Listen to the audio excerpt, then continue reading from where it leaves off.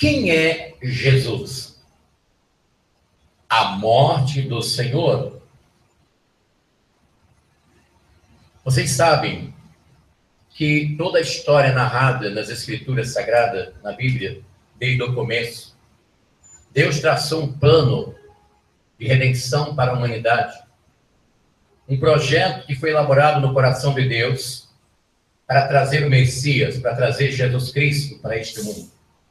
Você observa no decorrer das Escrituras, desde Gênesis até Apocalipse, o plano divino que consistiu na mais importante objetivo do Pai, de trazer Jesus Cristo para este mundo. Por quê? Porque a humanidade, porque o mundo, porque nós nos perdemos em Adão. Se não fosse Jesus, a humanidade estaria irremediavelmente perdida. Isto mesmo que eu falei. Se não fosse Jesus Cristo, nós estaríamos irremediavelmente perdidos. Por quê? Porque não haveria condição nenhuma para nós nos reconciliarmos com Deus, para nós nos reencontrarmos com o Pai. Então foi necessário que o Pai, que nos amou de uma maneira tal, enviasse Jesus. O projeto de Deus foi elaborado e foi executado. Tudo aconteceu. Tudo aconteceu, pessoal. Jesus veio e cumpriu a missão. Satanás lutou de todas as formas para impedir que o Filho de Deus, que o nosso Salvador, fosse e chegasse até a cruz. Mas ele chegou. E teve um momento, em todos os instantes, durante o momento que nosso Senhor estava operando os milagres, ministrando a palavra, fazendo a sua oração ao Pai no Monte das Oliveiras, Jesus estava com o Pai. O Pai estava presente com o Filho em todos os instantes. Quando lá no Monte da Transfiguração, quando Pedro falou, olha, vamos aqui fazer 3 tendas, uma para você, Jesus, outra para Elias, outra para Moisés. E ali nós podemos ver a manifestação do Pai. O Pai desde o céu falando, dizendo, este é o meu Filho amado em quem me comprazo. É interessante que ali você observa que Deus dos céus falou, não, Deus Pai falou, Deus Filho, ali no Rio Jordão, e o Espírito Santo em forma corpórea de uma pomba. Note bem, pessoal. Em forma corpórea de uma pomba. Não uma pomba. Não confunda.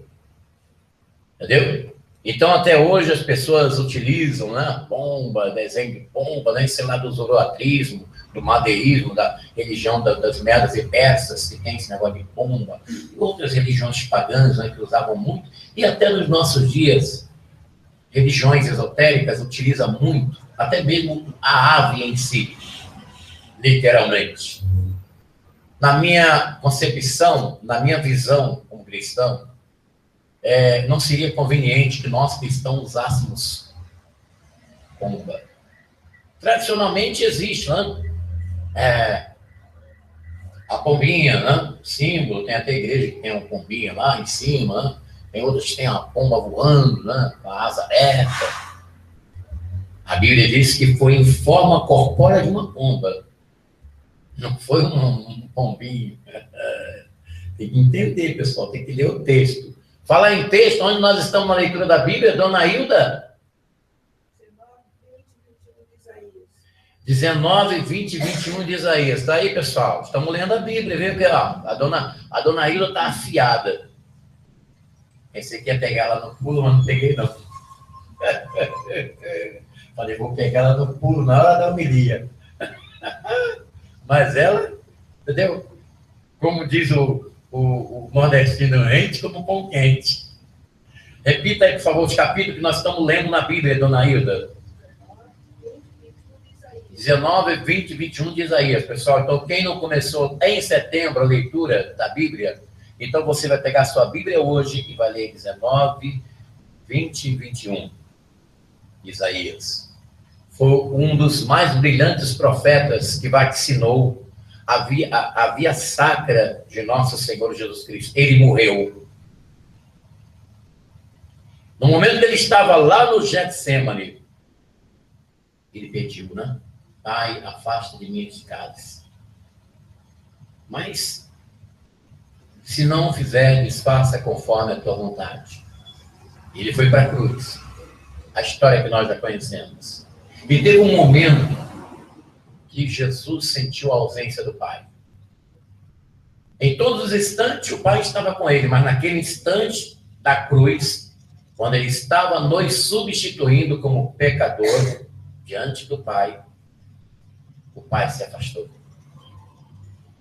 Deus virou as costas para o seu filho, porque ele estava ali nos substituindo diante da justiça do Pai. E ele disse em aramaico, Eli, Eli, lama sabachthani, que quer dizer, Deus meu, por que me desamparastes? Motivo pelo qual Deus, o Pai, o desamparou, porque ele estava nos substituindo ali. No lugar que nós temos condenados, ele assumiu a condenação. Ele nos livrou da morte, morrendo em nosso lugar. A palavra que nós dissemos na sexta-feira passada, do capítulo 18 de Ezequiel. Todas as almas são minhas. A alma do Pai, a alma do Filho, todas são minhas. Porém, a alma que pecar, esta morrerá. O homem carrega dentro de si a sentença de morte, devido à sua natureza pecaminosa. Mas quando em Cristo ele renasce, ele é trasladado dessa condenação. Como nosso Senhor diz lá no capítulo 5, versículo 24, do Evangelho segundo escreveu São João. Na verdade, eu vos digo, que quem ouve as minhas palavras e crê naquele que me enviou, tem a vida eterna, não entrará em condenação, mas passou da morte para a vida. E Paulo conclui dizendo lá no 8 de Romanos, nenhuma condenação há para os que estão em Cristo Jesus, porque ele morreu. E na hora que quando ele estava ali próximo à morte, ele disse assim, tudo, Pai, tudo está consumado. Pai, em tuas mãos entrego meu espírito. E ele morreu. Porque um soldado colocou lá a lança para verificar. E a Bíblia diz que saiu sangue e água do seu corpo. Mas o inimigo, como ele sempre quis impedir que esta obra expiatória, que esta obra magnífica que Deus fez através de seu Filho, que foi a nossa redenção, a nossa salvação, fosse interrompida, então hoje, já que houve a consumação, já que houve a concretização e a autenticação deste sacrifício foi através da ressurreição de Jesus. Jesus Cristo, ao ressuscitar, ele autenticou o sacrifício que foi feito por nós. E se ele ressuscitou, obviamente, porque ele morreu. Vamos lembrar o capítulo 1, versículo 15 da carta de Paulo a Timóteo. Que Paulo disse assim, olha, Timóteo, esta é uma palavra fiel e digna de toda aceitação, que Cristo Jesus veio ao mundo para salvar os pecadores, do qual eu sou o principal. Então, você note bem que o verbo morrer está no pretérito perfeito, a ação realizada. Paulo, vamos repetir o versículo. Capítulo 1, versículo 15 da carta de Paulo a Timóteo. Esta é uma palavra fiel e digna de toda aceitação, que Cristo Jesus veio ao mundo para salvar os pecadores, do qual eu sou o principal.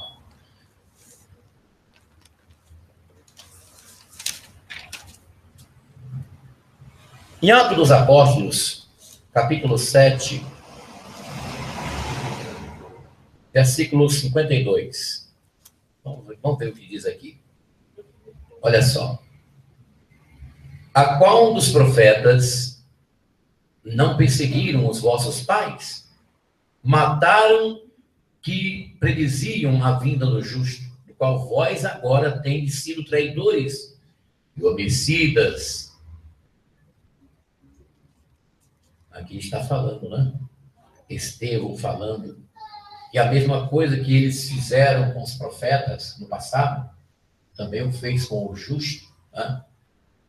Mataram o Filho de Deus, os próprios religiosos, né?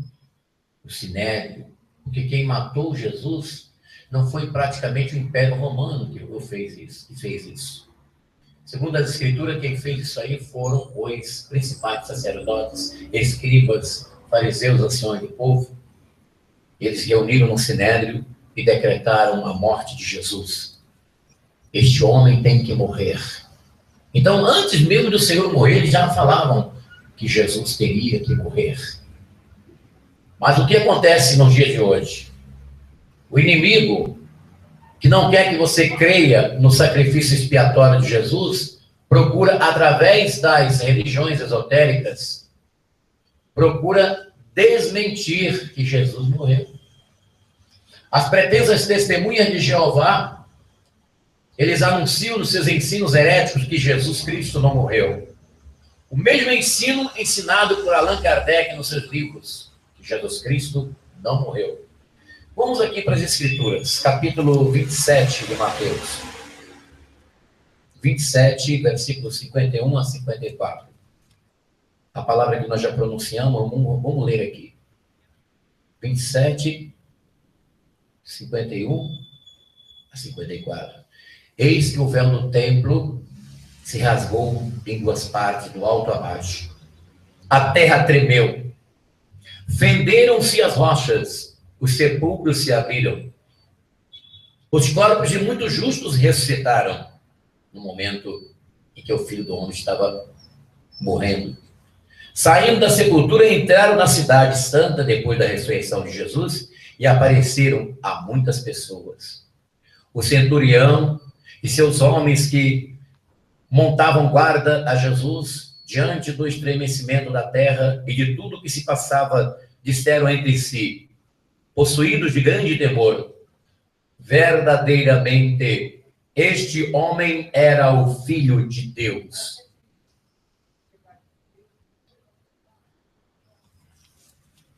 No momento que nosso Senhor estava ali, morrendo, né? Paulo também, no capítulo 15 da carta aos Coríntios, nos traz uma forma enfática, de uma forma veemente e conclusiva, a declaração, na inspiração do Espírito Santo, de que Jesus morreu. Vamos ler aqui. Eu vos transmiti, capítulo 15 da carta de Paulo aos Coríntios, versículo 3. Eu vos transmiti primeiramente o que eu mesmo havia recebido, que Cristo morreu por nossos pecados, segundo as Escrituras. Foi sepultado e ressurgiu ao terceiro dia, segundo as Escrituras. Apareceu a Cefas, em seguida aos 12. Depois apareceu a mais de 500 irmãos de uma vez, dos quais a maior parte ainda vive e alguns já estão mortos. Depois apareceu a Tiago, em seguida a todos os apóstolos, e por último de todos, apareceu também a mim, como um abortivo, porque eu sou o menor dos apóstolos, e não sou digno de ser chamado apóstolo, porque persegui a igreja de Deus.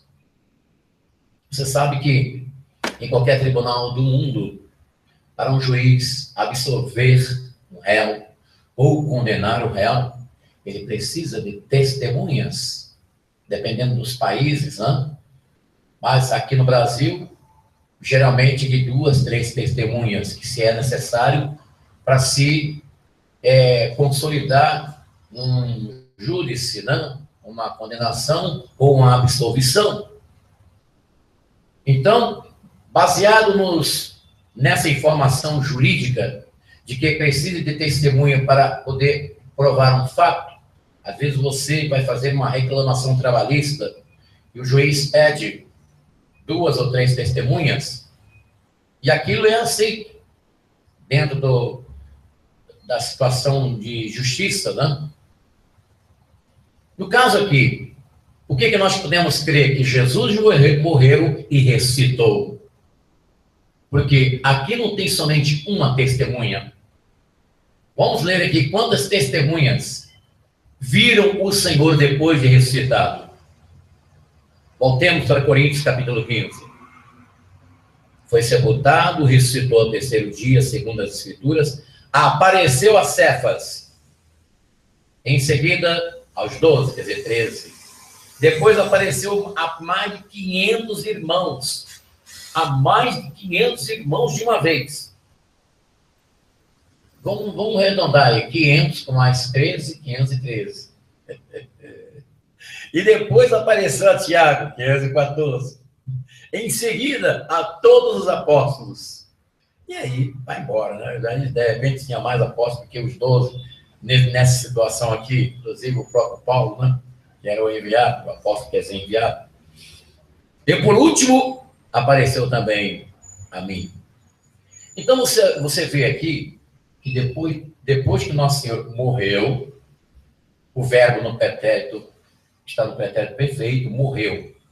Eu vos transmiti primeiramente que eu mesmo havia recebido, que Cristo morreu por nossos pecados, segundo as Escrituras. Quer dizer, ele não falou segundo os apóstolos, não, segundo o pessoal lá de Jerusalém, segundo lá o Herodes, segundo o Império Romano, não, segundo as Escrituras. Jesus morreu.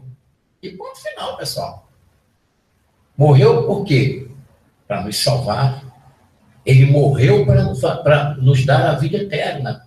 Ele morreu em nosso lugar. Nós poderíamos citar vários versículos aqui, mas somente este capítulo 15 da carta de Paulo aos Coríntios já faz assim uma consubstanciação teológica de uma afirmação positiva. Não resta a menor dúvida. Nós não temos dúvida disso. Nós cristãos, os verdadeiros cristãos do mundo inteiro, não tem dúvida do que Jesus Cristo morreu e ressuscitou. Essa é a nossa fé. Entendeu? O credo apostólico, o creio em Deus Pai Todo-Poderoso, Criador dos céus e da terra, em Jesus Cristo, seu único Filho, nosso Senhor, que foi concebido pelo poder do Espírito Santo, nasceu da Virgem Maria, padeceu sob Pôncio Pilatos, foi crucificado, morto e sepultado, e ao terceiro dia ressuscitou. Não tem maneira. Isso aí está consolidado na nossa fé. O cristão que não crê que Jesus morreu, então ele está fora do parâmetro doutrinário bíblico. Entendeu? Ah, não. O Espírito diz assim, ah, não, Jesus não morreu porque Deus não pode morrer. É claro que Deus não pode morrer. Jesus estava ali na natureza humana.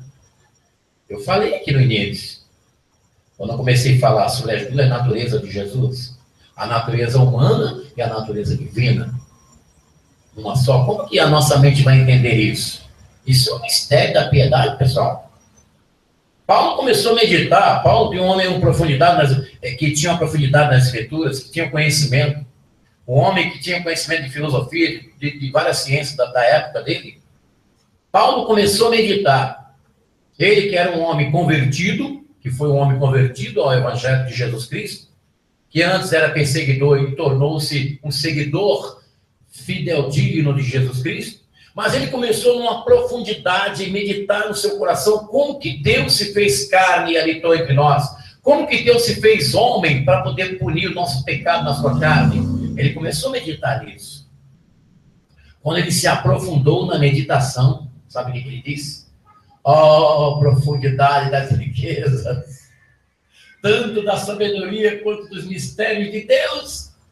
Quão inescrutáveis são os teus mistérios, quão profundos são os teus conhecimentos, ó Pai. Eu acredito que o filho da fé, Timóteo, ele fez perguntas para o apóstolo São Paulo. Que a Bíblia não diz de uma forma direta mas em verdades enunciadas podemos aqui deduzir que houve perguntas que Timóteo fez para Paulo. E na carta, Paulo responde. Eu acredito que a Bíblia não diz de uma forma direta, mas eu acredito que o Timóteo, filho na fé de Paulo, perguntou para Paulo sobre essa questão de Deus se fazendo carne e habitando em nós através de Cristo. Aí sabe o que Paulo respondeu? Grande é o mistério da piedade. Glória a Deus. Não tem aqui na Eucaristia, eis o mistério da fé? É baseado nisso aí, pessoal.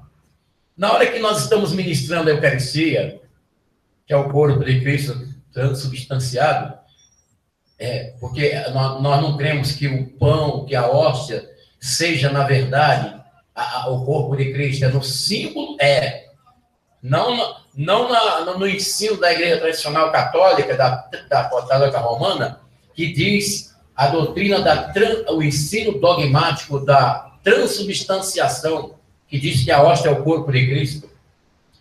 A Bíblia não diz isso. A Bíblia mostra como símbolo, tá? Como símbolo, viu, pessoal? Aprenda isso aí.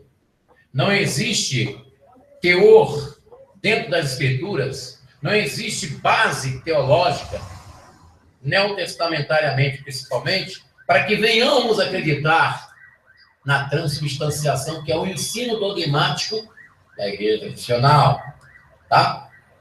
Uma coisa é um dogma, outra coisa é as Escrituras. Note, Paulo dizendo no capítulo 15, Jesus morreu segundo as Escrituras. Jesus ressuscitou segundo as Escrituras. Não foi com informação. Tanto é que lá no capítulo 1 de Gálatas, quando ele fala que eu fui chamado no ventre da minha mãe para ser apóstolo dos gentios, dos pagãos. Eu não fui ter com os apóstolos lá em Jerusalém. E quando ele foi, teve briga. Aquilo que nós dissemos na quarta-feira, quem veio, não?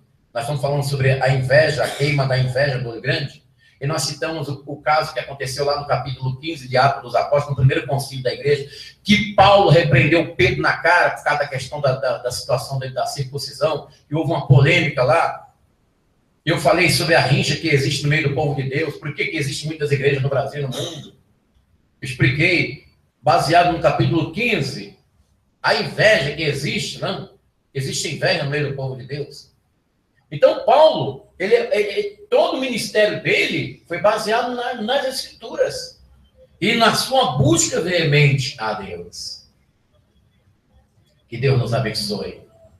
Você vai pedir o Espírito Santo para melhor você entender as Escrituras, tá? O mesmo Espírito que revelou as Escrituras é o mesmo que inspirou, é o mesmo que nos dá o entendimento. Jesus disse assim, quando ele vier, ele convencerá o mundo do pecado, da justiça e do juízo. Do pecado, porque não creem em mim. Da justiça, porque irei para meu Pai e não me verei mais. Não me vereis mais. E do juízo, porque o príncipe deste mundo já está julgado. Príncipe desse mundo? Príncipe das trevas, né, pessoal? Não confunda. Quando Jesus falou o príncipe desse mundo, referindo-se a Satanás, é o príncipe das trevas, né? E tem gente que pega o bonde andando nesse versículo para dizer que o Lúcifer é o príncipe do mundo, como diz nas religiões secretas aí, né? Eu estava lendo um artigo dentro da internet que estava o cara falando lá que Lúcifer é o príncipe. Misericórdia. Baseado na Bíblia. Quer dizer, ele interrompeu. Entendeu? Se você ler o texto sem contexto, você vai criar heresia. Isso é óbvio. Entendeu, pessoal? Agora aconteceu algo impressionante, algo tremendo entre a morte de Jesus e a sua ressurreição. O que aconteceu? Porque quando nós Segundo a Bíblia, quando nós morremos, o nosso corpo vai ao pó que o era, e o espírito vai a Deus que o deu. Subentendemos biblicamente que a alma, o espírito está inerente. Nós somos uma unidade triológica, corpo, alma e espírito, na semelhança do Pai, Filho e Espírito Santo. Vamos subentender o que está lá em 26 de Gênesis. Quando Deus disse assim, façamos o homem segundo a nossa imagem e semelhança. Então, na semelhança de Deus, nós somos a unidade triológica. Corpo, alma e espírito. Pai, Filho e Espírito Santo. Quando nós morremos, segundo as Escrituras, o nosso corpo vai ao pó que o era, o espírito volta a Deus que o deu. Existe o paraíso, o Hades, o Sheol. O paraíso para aqueles que receberam o plano, esse plano que nós falamos nesta noite aqui. Lembra do ladrão? Lembra-te de mim quando entrares no teu reino? E Jesus disse, ainda hoje estarás comigo no paraíso. Aí agora, aqueles que não têm Jesus, que morrem sem a salvação, segundo a Bíblia, vai para o Hades, Sheol. Gênero, lá no original grego, né? Vai para o lugar para aguardar o juízo. E quando Jesus morreu, para onde a alma, o Espírito de nosso Senhor foi? Próxima sexta-feira. Vai ser lindo, hein? Próxima sexta-feira. Alguém aí sabe para onde foi a alma? Aonde foi o Espírito de nosso Senhor depois que ele morreu na cruz? Sexta-feira você não pode faltar. Essa é uma transmissão diretamente do Santuário Yahvé de Santo Amaro, São Paulo, capital, que fica localizada na rua Desembargador Bandeira de Melo. Eu tenho uma alegria imensa, sou o Bispo Afonso Querubim. Eu tenho imensa satisfação de poder falar com você de qualquer parte do Brasil, tá? Você que está nos ouvindo aí, nos assistindo pelo Twitter, YouTube, ou então pela Facebook, qualquer rede social onde nós estamos, você pode entrar em contato conosco, tá bem? O nosso e-mail, missãoiavé@gmail.com. E um alô especial para o pessoal do Facebook, né, que nos prestigia, bastante pessoas aí estão em contato conosco. Deus abençoe o pessoal aí do Rio de Janeiro, Dona Ana, daí do Caxias, também a minha irmã Diná, que agora está lá em Campo Grande, lá no Rio, junto com o Marcos, um abraço para vocês aí, por todos os meus irmãos, pessoal aí do Rio, tá bem? Deus abençoe. E eu também quero dar um alô para o pessoal que nos acompanha no YouTube, tá? Eu pediria para você se inscrever no nosso canal, tá bem? Nosso canal tem pouquinhas pessoas inscritas, não? E nós precisamos de mais pessoas inscritas para que nós venhamos crescer dentro da rede, da web, da internet. Porque aqui nesse mundo, no sistema, o sistema humano, é assim que funciona. E outra coisa interessante, você que, claro que você não é obrigado a fazer nada disso, não, mas nós estamos aqui pedindo para você. Nós temos aí duas mãozinhas debaixo do vídeo. Essa mãozinha assim, ó, vou ficar aqui para você ver. Uma mãozinha assim e outra assim. Poxa, nós já temos poucos inscritos. Se você fizer assim, você vai negativar o vídeo, né? Porque tem gente aí na internet mandando vocês negativar os nossos vídeos. Não vai na onda desse pessoal aí, pessoal que não gosta de nós, né? Nós estamos aqui em público, estamos aqui colocando a nossa cara aqui no vídeo, aí na rede. Então, tem gente que não gosta de mim. O que é que eu vou fazer? Entendeu? Eu também tenho umas pessoas que eu gosto e tem as pessoas também que eu fico com o pé atrás. Isso é normal do ser humano, tá? Mas não precisa você, pelo fato de você não gostar de nós, você clicar aí na mãozinha para baixo. Não faça isso não, viu? Se você não quiser clicar nessa mãozinha assim, porque quando você clica nessa mãozinha, o que acontece? O seu pessoal da rede, da internet, recebe os nossos vídeos. E aí, nós cumpriremos o desejo do nosso coração, que é de levar esta palavra para outras pessoas, em nome de Jesus. Então, clique aqui nessa mãozinha, inscreva-se no canal Missão Yahvé, tá bem? Para nós formarmos aí uma comunicação da palavra de Deus, e Deus vai abençoar você. Muito obrigado por você fazer isso. Deus te abençoe. Um alô para o pessoal da Zona Sul de São Paulo, que está aqui na região aqui, da Zona Sul, próxima a Santo Amaro. Eu estou aqui neste endereço, na rua Desembargador Bandeira de Melo, 513, bem no centro de Santo Amaro, próximo ao Shopping Boa Vista, tá? Você que foi vítima de obras malignas, sua empresa está caindo aí, você não sabe, tem alguma coisa amarrando, me procure, tá bem? Eu vou ajudar você com a oração, com a fé no poder de nosso Senhor Jesus Cristo. Você vai ser abençoado em nome de Jesus, o nosso Senhor. A qualquer momento, eu vou estar por aqui trazendo para você a palavra de Deus.